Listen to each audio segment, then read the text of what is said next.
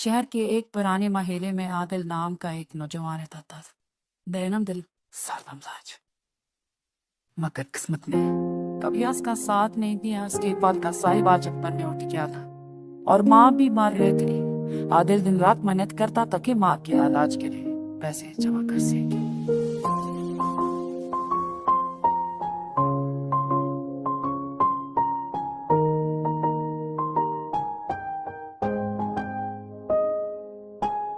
एक दिन आदिल की मुलाकात सरफज़ई सहेज हो एक लड़की जो गरीबों के बच्चों को पढ़ाती।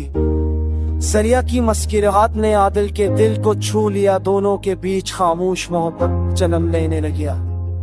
वक्त गुजरता गया। आदिल हर रोज जरिया को देखने किसी न किसी बहाने उस स्कूल के करीब आता। जरिया को भी एहसास होने लगा कि कोई है जो उसकी खामोशी में भी उसका ख्याल रखता है। एक दिन जरिया ने आदिल से कहा, आदिल, जिंदगी में मोहब्बत से भरकर सुकून चाहिए और सुकून सिर्फ सच्चाई से मिलता है।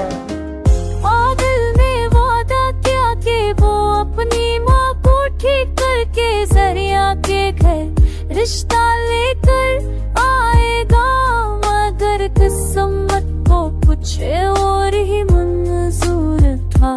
माँ की बीमारी भरती गई और आदिल के पास इलाज के पैसे नहीं थे। उसने अपना सब कुछ बेच दिया, हत्ता के वो अंगूठी भी जो जरिया के लिए खरीदी थी। एक रात अस्पताल के दरवाजे पर बैठा वो दुआ मांग रहा था। जरिया आए उसके साथ दुआ और उम्मीद लेकर, मगर सपा होने से पहले ही आदिल की माँ दुनिया छोड़ गई। आदिल उड़ गया। उसने जरिया से वादा किया था कि खुशी लेकर आऊं, मगर खाली आता हूँ।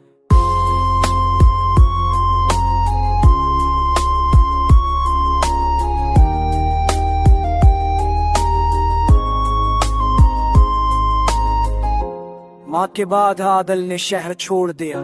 जरिया कई साल उसकी राह देखती रही।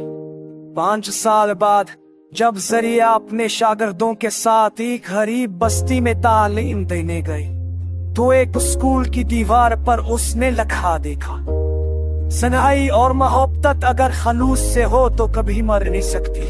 आदिल जरिया की आंखों में आंसू आ गए। उस लम्हे उसने आसमान की तरफ देखा और कहा, आदिल, तुमने अपना वादा निभा दिया। तुमने मोहब्बत को अमर कर दिया। हिमरा धीरे धीरे आसमान की तरफ सूं करता है, जहाँ बादलों के पीछे सूरज जता।